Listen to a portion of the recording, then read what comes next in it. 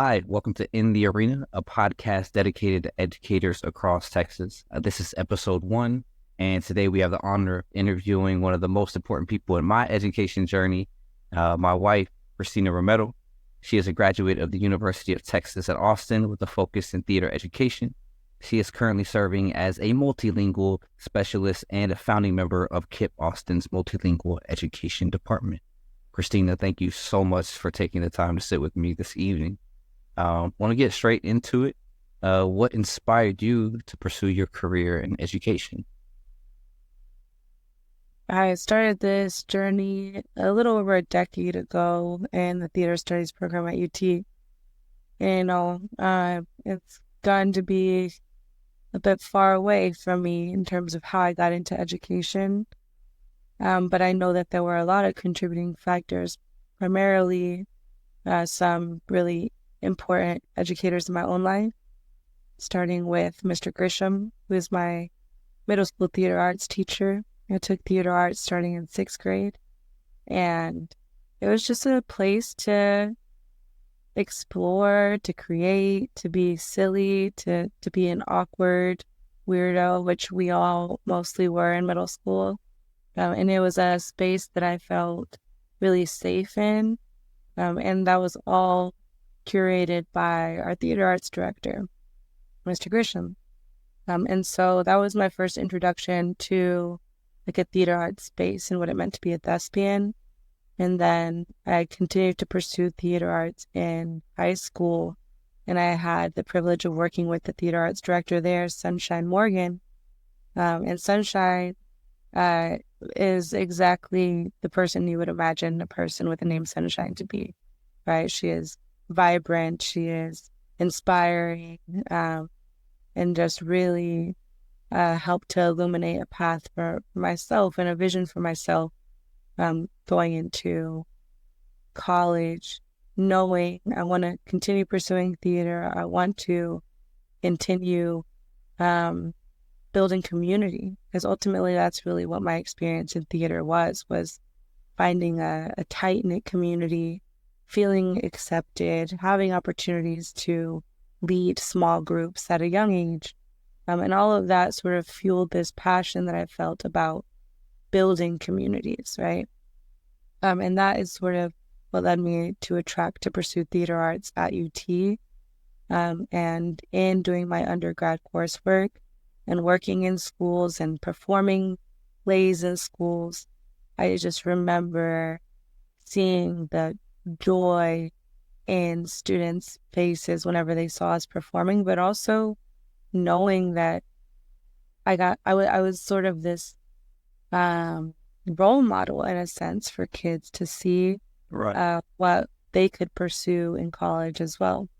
Right. So I didn't really know until I was in high school that there was such a thing as a theater arts major. And I didn't know until I was taking courses at UT Austin that there was such a thing as bilingual theater. And so I think the people, the educators who I met along the way have really sort of inspired me to get into education, to stay in education. And then the relationships and the community that I've been able to develop have sort of contributed to my evolution within education.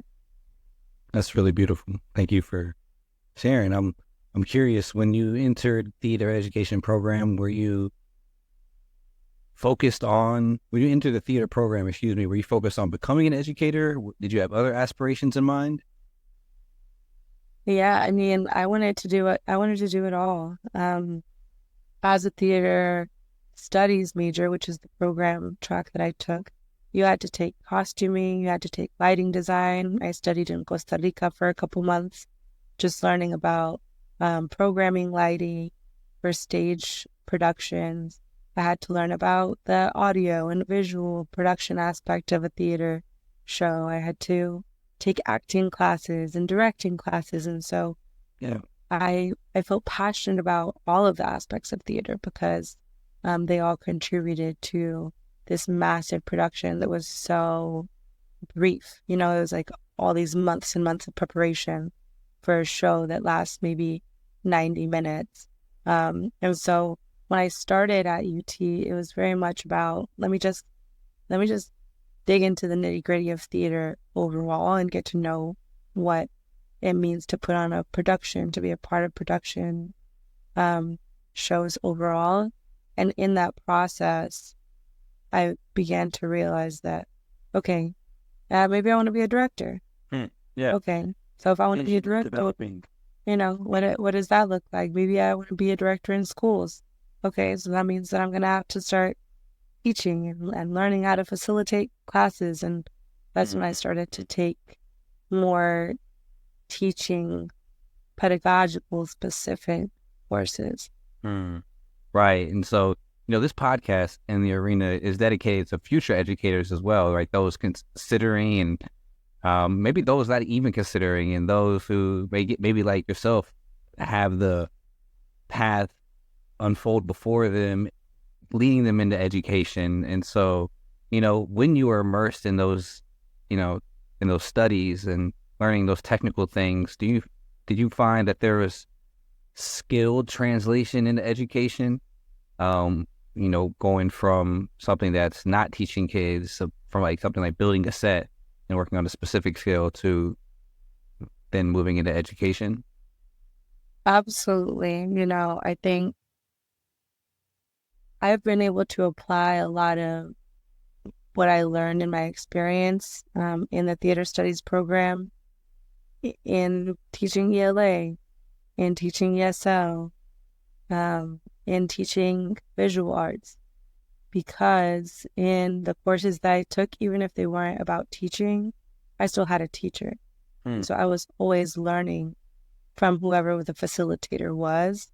And so many of those courses involved having a professor model for us how to use specific tools, having a teacher provide us with a vocabulary list of things that we're going to need to know and be familiar with to be successful on a crew, and so all of these different strategies that professors were using to teach the particular skills that I was learning informed how I teach. Right. You were adding to your teacher toolkit before you even knew you had a toolkit. Yeah, exactly. I mean, I know, and our viewers, listeners will know that you're 10 years in education, which is quite the feat. I've always been told that most people don't make it out after 5 years, and you doubled that, which is truly remarkable. One of the questions I wanted to ask you was, how has your perspective on education evolved since you started teaching? It has had, I think, its highs and lows in terms of feeling apathetic at times, feeling very much like, man, I thought I was going to be able to make a bigger change than this. I went in early on in my educational career feeling very optimistic, a bit naive about how our school system exists and like the parameters within which educators have to work within. Sure. And so there were some years there that I started to feel a bit jaded and started to feel like maybe this isn't the right path for me, or maybe I'm not making as big of a difference as I thought I would. But then it would always come back to the kid who I was serving, right? And the population of students who I've been serving for the majority of my career are students who are learning English for the first time, students who are below the poverty line or living with multiple families in one single household home. Some of my students are homeless, And so as I started to learn more about the demographic of my students, I began to realize how critical it is for me to stay in education, because I have seen tons of teacher turnover. I've seen students thrive in spaces where their teachers can speak the language that they speak at home or can connect with them on a cultural level. And I know that those teachers are few and far between because I am one of them and there are not very many of us. And so not yet. And so the longer I stay in education, even though there have been those moments of feeling overwhelmed or feeling jaded or feeling like what I'm doing isn't enough, at the end of the day, my perspective about how essential this role is in our society hasn't shifted, right? It's only gotten more, I guess, evident in my career as my career has shifted from teacher to coach to now multilingual specialist. If anything, my perspective on education has become more urgent in terms of the work that needs to get done and how I can use my own experiences to make that change happen here locally. Sure. I mean, that's a big part of the purpose of this podcast is having, yes, guest experiences, but really inspiring other people to become educators, and as well as, like, of course, informing them about what it's like, and then inspire those who are in the game to stay in the game, right? You're in the arena, we want you to stay in the arena.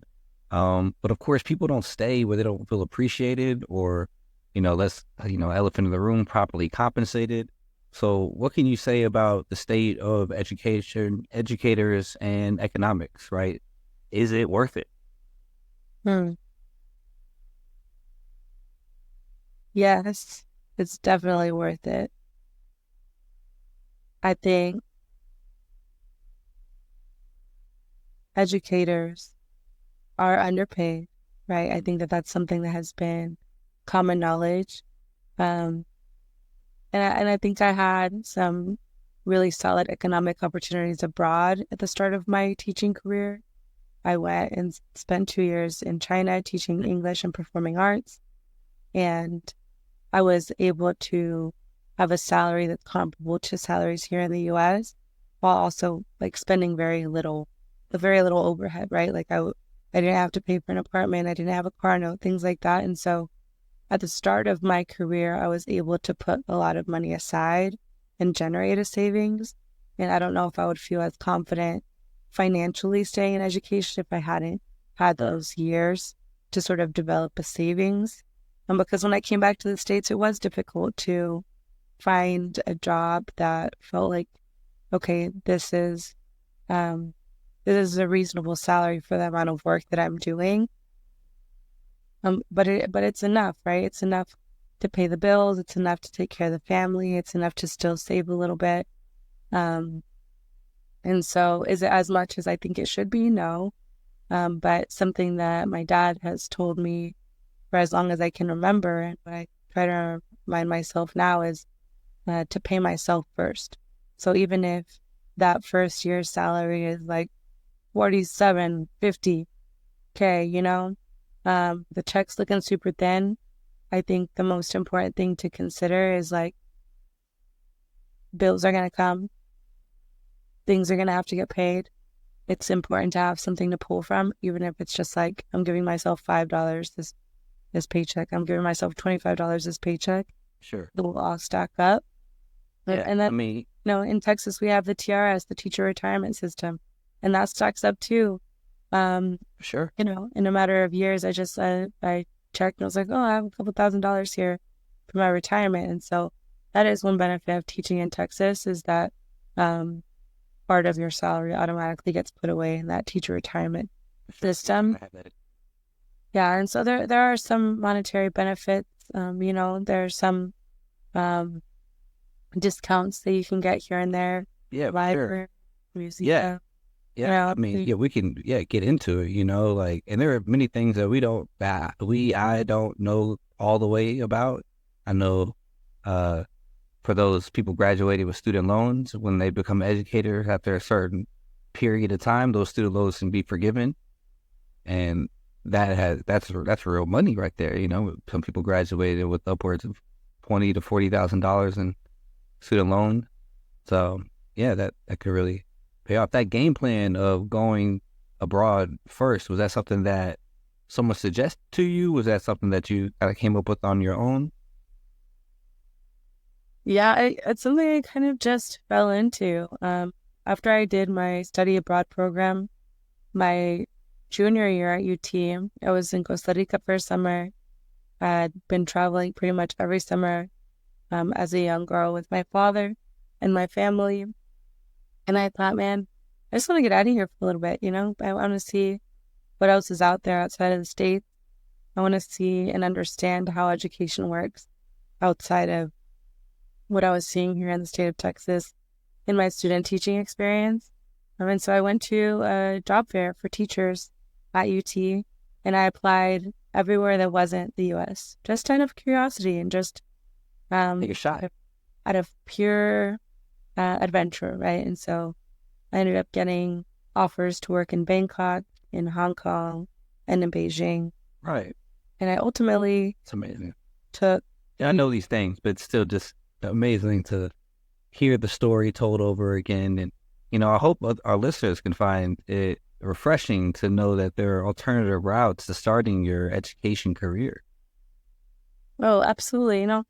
And I mean, maybe I should have gone in with a little bit more forethought, or at least learning a bit of the language before going. But ultimately, I went with, I was fresh out of college. I was trying to make good money. And so I went with whatever job offered me the highest salary, and that was in China. And so I ended up in China for 2 years. And I think that experience laid a really solid foundation for me to be able to be a teacher anywhere, because I had to make a lot of instructional pivots. I had to incorporate a lot of improvisational techniques and things from my theater studies program really early on. This is great, because you're getting right into my next question, which is, what are some of the qualities or key qualities that you think makes a good teacher? Right, being able to adjust on the fly, as you said, pivoting in your lesson execution. Yeah, I think it's really important, if you're gonna go into education, to go in and be prepared to be prepared. Elaborate. Yes, it's important to be able to be flexible and to think of things on the fly, and to be a quality instructor. You can't just show up one day and be like, all right, kids, this is what we're going to learn today. Something that I've learned working at several different campuses and teaching multiple subject areas is your lesson plan is your script, right? And not every play should be improv, right? Like, some of the best plays and productions put on are very thoroughly scripted. The script has been looked over by multiple people. Edits have been made. The script has been reviewed, memorized. You're putting in your beats. You're deciding where to pause. You're deciding where to take breaths. You're deciding how you're going to engage with the audience. And all of that has to happen in a classroom as well. And so to be a really solid instructor, you have to be willing to put the work in to plan your lessons ahead of time, to plan for kids to be confused about certain things, to plan how you're going to respond when they're confused about that thing, to plan for how you're going to engage a group of 32, 13-year-olds. That's hard, especially considering social media being involved in their day-to-day lives. And, In 32, is that a normal number in the classroom? I know that right now it is. a hot topic. Yeah, right now it is. Why is that the case right now? We have a really big teacher shortage nationwide, and so classrooms are having to accommodate larger class sizes because we have fewer teachers on campus. And we have an influx of students enrolling from outside of the country, right? We have a lot of people migrating to the States and enrolling their kids in schools here. And there are also laws who protect those students, who protect their ability to have accessible content and instruction. And so I think there's an influx of students, an increase in needs, especially post-pandemic, and then a decrease in teachers and the number of people getting their degree in education. And so I think that those numbers are sort of working in opposition of one another, causing this sort of challenging teacher to student ratio. But, I think even 10 years ago when I started, I had 25, 26 kids in each of my classes. And so the groups have always been pretty big. And there are a lot of creative ways to get all of those kids invested and engaged in a space, but it takes a lot of ongoing learning, being a lifelong learner. That was drilled into us at UT. We're lifelong learners here. But it's true. If you're going to be an exceptional educator, you have to be willing to come to the work humbly, and to be willing to learn constantly. That's a word to the wise, and those that want to become wiser. Because, the audience doesn't know my background very well, but in the service industry, whether you're in the front of the house or the back of the house, every role is essential.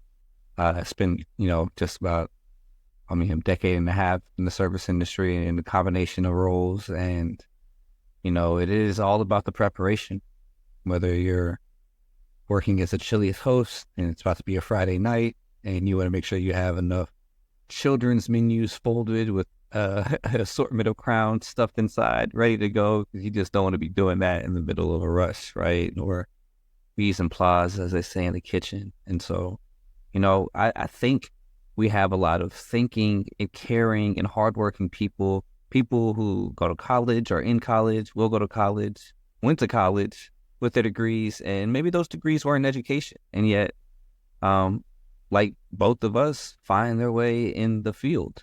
And I'm hoping those people, find this burgeoning podcast in the arena, dedicated educators across Texas, but across the nation, of course, but Texas being our home, Texas being unique in its politics as well as a socioeconomic demographic, is so important to hear from people like yourself who have stayed in the game, who have put the kids, with first and foremost, sometimes their own physical and mental, emotional health, in terms of just, maybe sacrificing some sleep or sacrificing time, with your family or whatever it may be. It is not a career that is, you just close the door and it's done, right? And so don't say that to scare people, but right, to truly make people aware of the realities of being a teacher, and being an educator. And like many serious fields, the work is pretty constant. And so what would you tell the people who are, in the drudgery or feeling like it's drudgery, feeling like, maybe all the work isn't worth it? You got a word for them? For sure. I think about a professor I had at UT, Richard Isaacs. He was my scenic design teacher. And he ended the school year by telling all of us who were in the teaching track, teaching is the last great hope. And I think about that often, and I think about him often, because I think in a society that values professional sports over education or funding for the police force over funding our public schools, it's really easy to feel hopeless. It's really easy to feel like the work doesn't matter. But I always go back to Professor Isaac's quote, because I do think that there is infinite hope in the moments that I have with students, whenever I can tell that I have actually taught them something and they have actually learned. And so even if it's just one of the hundreds of students that you're working with, that you can be the last great hope for that one kid. And that is, there's no amount of money that could equate to knowing that you've impacted somebody else's life. Yeah. Yeah. Thank you. That's beautiful. That's beautiful. Definitely keeping that in mind. speaking of money, I do want to end on a really relatively hopeful note. You've managed to advance in your career in education from training to be a teacher and, eventually training teachers. How can what encouraging economic notes do you have for listeners? I would say advocate for yourself, become informed about what salary scales are in different districts, compare what your options are. Don't feel pigeonholed into a particular role or a particular salary scale. It's really important to know what different people are getting paid. I know oftentimes we're taught not to talk about our salaries, that it could be considered rude or that it's just taboo to talk about. But I think that that's what allows salaries to stay so incredibly low, is that people accept salaries that are that undervalue their skill sets and what they bring to the table. And so I would say, one, be informed about what salary scales are like in your county, in your district. I would say advocate for yourself, never settle for the first offer. They're always going to offer you less than what they can actually give you. And then there are also opportunities for stipends. Right now I'm a part-time librarian at our school, and that offers a small stipend. Now I also coach the girls basketball team, stipend. I ran an art club after school, stipend. At most campuses, there are opportunities to get involved before or after school. And that also adds to your teacher tool belt. It adds to the relationships that you're able to build with students and families. Well, ultimately, whenever considering like the financial aspect of being a teacher, it's important to be informed, advocate for yourself, and look for opportunities to increase that wealth. That's it. Well, as a future educator, I am taking, I'm grateful I'm recording this, and I'm just taking all of that to the mental and eventually the real bank, because coming from the service industry where people were getting paid just above minimum wage, a 24-year-old making $50,000 a year, as a young teacher, even in Austin or the surrounding cities, it's not too bad. You could do worse. I mean, of course you could do better. Wall Street could be calling your name, and if so, maybe this life just ain't for you. You can always consider donating funds to various causes that help people and kids get their education. But Christina, thank you so much for sharing your story, for sharing your time, your insight, your experiences. This is In the Arena, signing out. Brentley Caballero. Thank you so much. Thanks for having me. Of course.